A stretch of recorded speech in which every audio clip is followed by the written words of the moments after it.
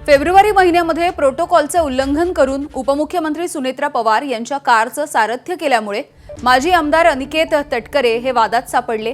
यानंतर आज पुन्हा एकदा सुनेत्रा पवार यांच्या कारचं स्टीअरिंग हे अनिकेत तटकरेंच्याच हाती बघायला मिळालं।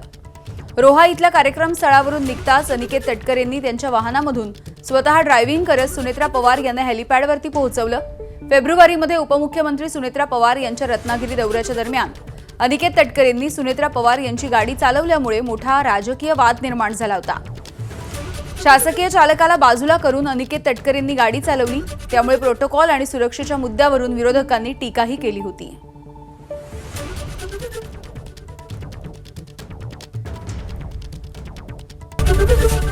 एबीपी माझा, उघडा डोळे बघा नीट।